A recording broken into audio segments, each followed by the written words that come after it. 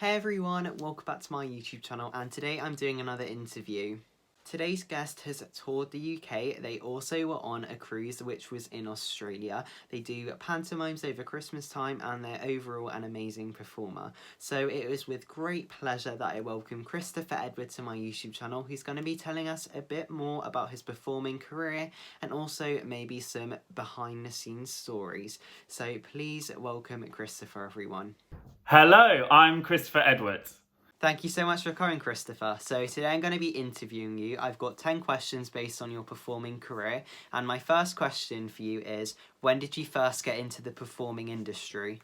So I trained at college, at Performers College in Essex for 3 years. And during my second year was the first time that I was given the kind of opportunity to perform professionally. I had done quite a lot as a kid growing up, but nothing kind of too professional, I guess. But yeah, so the first thing that I did was a show of Jack and the Beanstalk in my second year, actually, which was fun.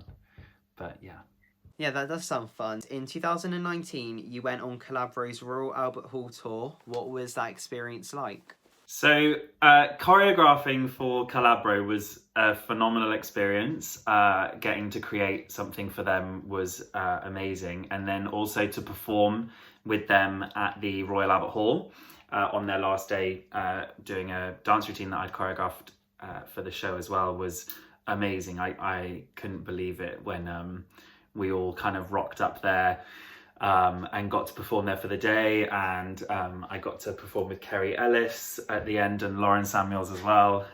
It was the most incredible experience. I don't think I'll ever forget it.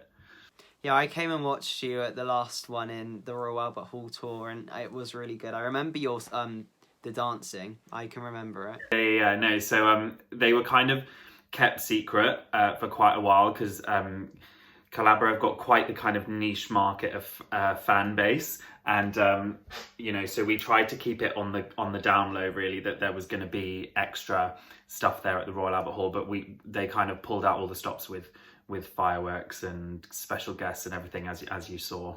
Yeah, it was definitely fantastic. Do you have any advice to people who want to get into the performing industry? Some advice. Yes, don't give up.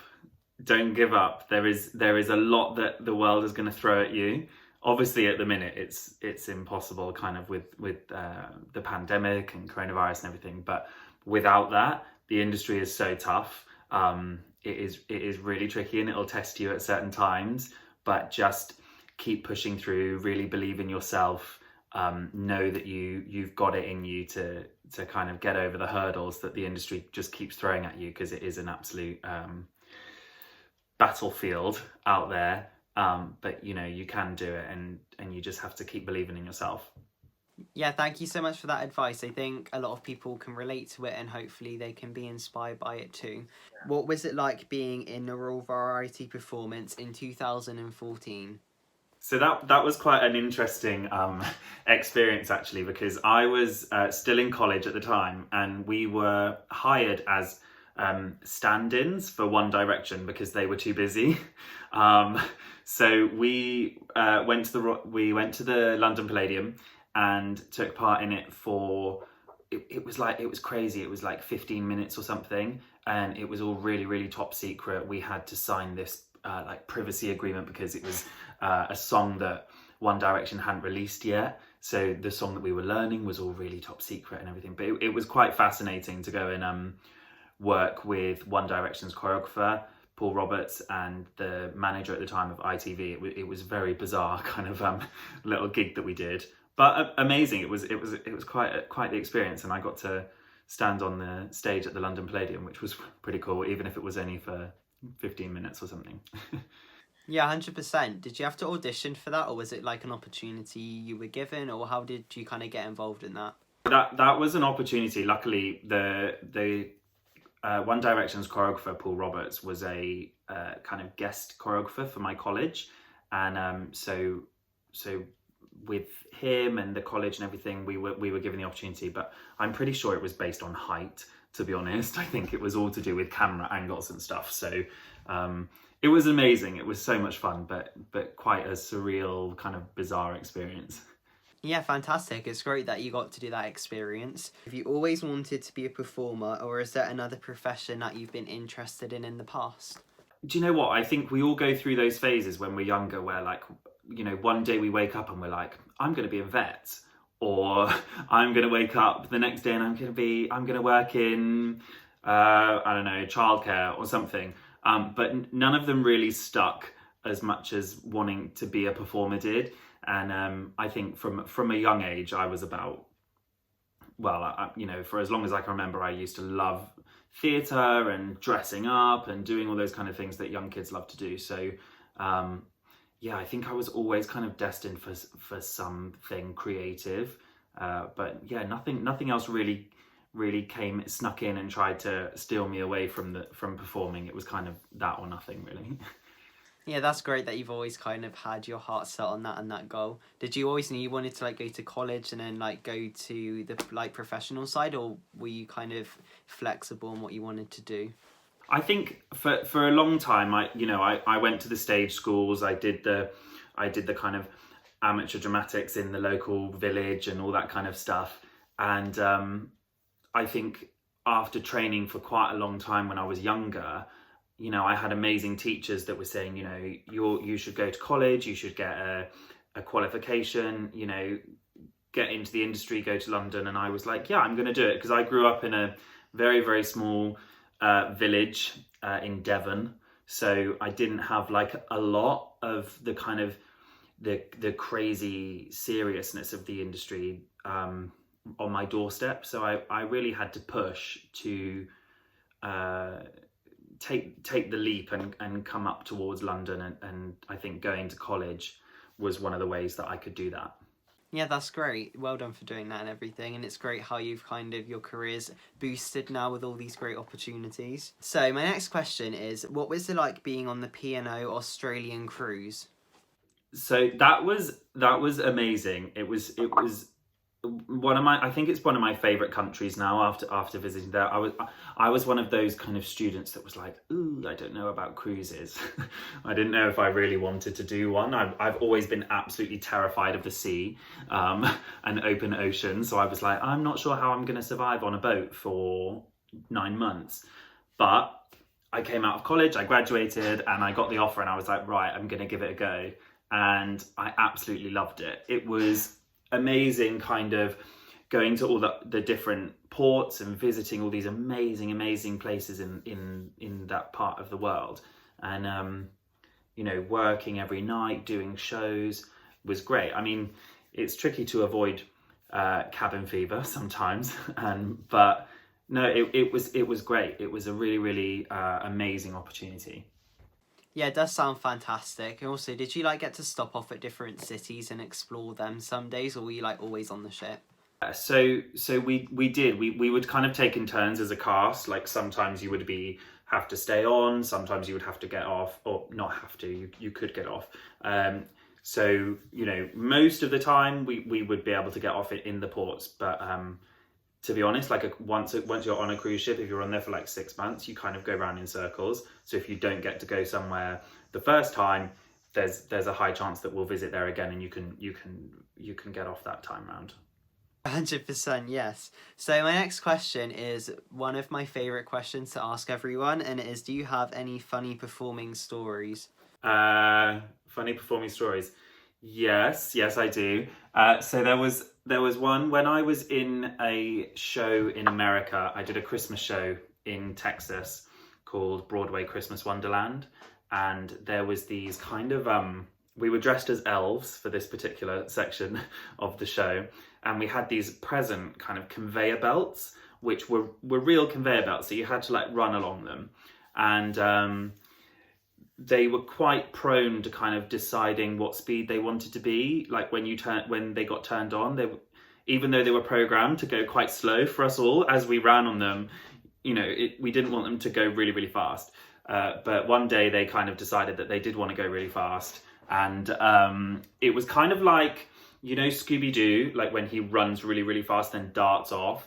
Yeah, so I like get up on the conveyor belt. I'm dressed as an elf, and it's just like slipping on a banana and I just fall flat on my back, and then I just get dragged along this conveyor belt and just tumble off the edge of it. And I was like, it's so much pain. I had like cut my elbow like completely open. I'd grazed like my side.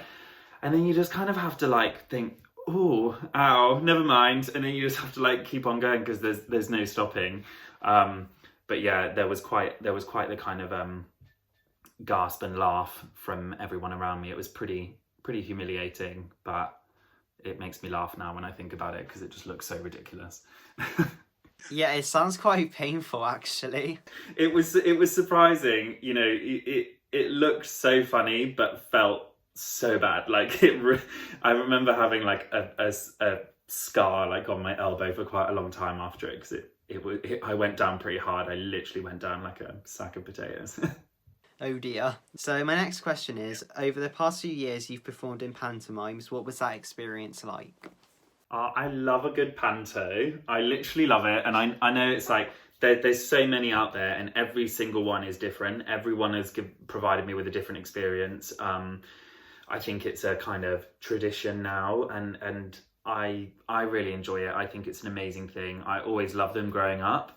My grandma used to take me to them every year.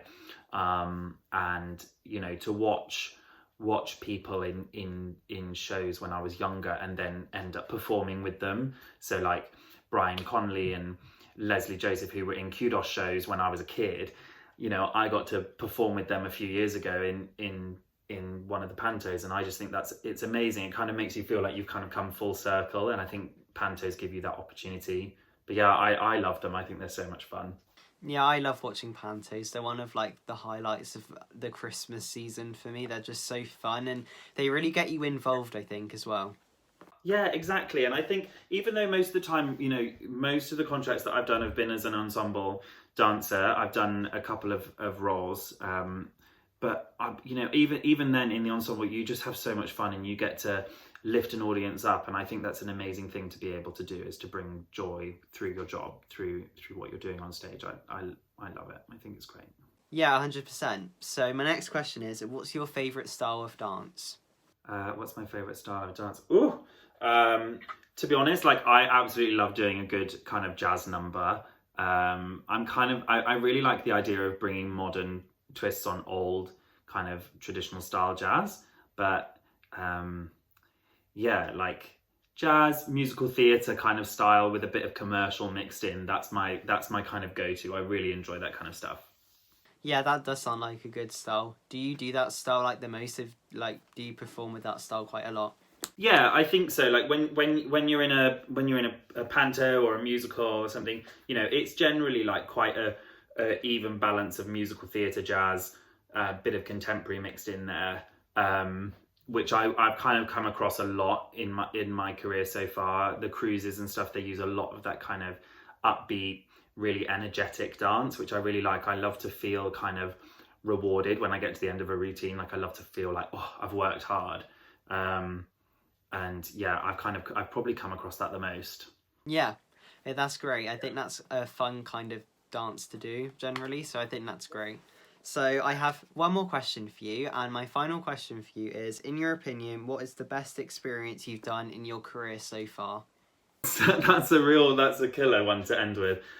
I think if I'm following on from what I just said in my question before, where I say I love to feel like I feel rewarded after I've done something, I would say the show in America that I did, because it was like 2 hours, no interval, just straight through, just dance, number after number after number, costume after costume after costume. So much joy, so much Christmas spirit, and I was knackered after every show, and I think that just proved how much I was enjoying it. I would say doing that show and having a kind of residency in a huge venue in Texas, and then flying across to Mississippi and doing the rest of the tour there in a casino, that was quite the experience, and I think I'll always remember that one. Yeah, it does sound like a fantastic experience. It's great that you got to do that one. How long were you doing that tour for? So we were over in America for about 2 months. So we did a few weeks in Dallas, and then we moved over to Biloxi. But we rehearsed over there as well, so we were over there for quite a bit. But I just think the show was so much fun. It was just so fun, and there was a huge cast of us, and there was just so much energy. I loved it. I thought it was great. Yeah, it does sound really fun. So we have came to the end of the interview now, and it's been great learning more about your career and all about your experiences. So thank you so much for coming on. No, thank you. That was so much fun. So thank you so much for coming, Christopher, and thank you so much for watching, everyone. I hope you enjoyed this video. Remember to like, comment and subscribe, and I'll see you next week for another interview. Bye, everyone.